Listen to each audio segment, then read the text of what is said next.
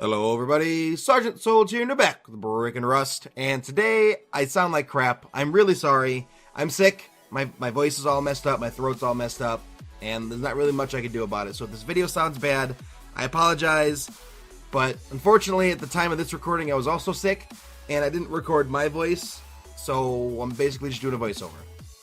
Now what we have here is we're on a modded server, and the two exploits shown in this video only apply to modded servers because they use the /home command, the /home plugin. So what we have here is Papa Pete. He's building us a little 1x1 right next to a rock, and as you can see we have a foundation, a small chest, and a stair. Basically what he's showing here is by using this little 1x1 shack you will be able to get into a rock. And for those of you that are admins of modded servers, this might be something to look out for. Anytime I see anything, a 1x1, a 1x2, a 10x10 built right next to a rock, I always check that rock because it is so easy to get into that rock for players. And a lot of the times, as we saw with our last getting into a rock video, you don't always accumulate a high amount of violations. If it takes you a long time, yes, sometimes you can accumulate 20-30 violations. But if you get it the first try or the second try, you'll accumulate almost next to none. And as long as you're actually in the rock, after that, you have a sleeping bag or even a set home for modded servers, you're not going to accumulate violations anymore. So, anyway, let's go back to the video here. We have Papa Pete with his 1x1. He placed a bunch of extra foundations down just to kind of have a base set up already ready to show you guys. It's real easy to get this going. And what he's doing here, when we're waiting for his timer, he's doing his /home to whatever he called it. And because of the chest is there on the foundation, it's actually forcing him up into the stairs. And as soon as I pan out to the outside, you can see that there's actually an overhang. And what he's doing is when he gets up on the stairs, he walks right up into the rock and jumps over the wall that he has placed there. Not too bad, huh?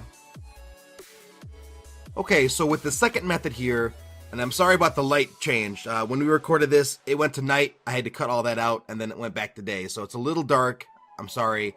But with this one, we're using the same set home that was in the previous one. So if you want to know how that works, basically you build the same structure that you had there, and then remove it, and your set home will still work. You'll basically just appear on the ground.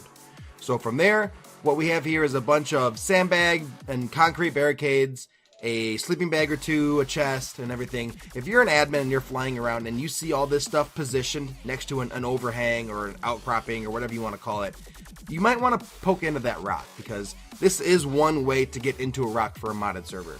And this actually takes a lot of setup and a lot of tries. This will accumulate a lot more violations than the last one will because you're going to keep popping into that rock halfway and you're not always going to make it in there and you're going to get them.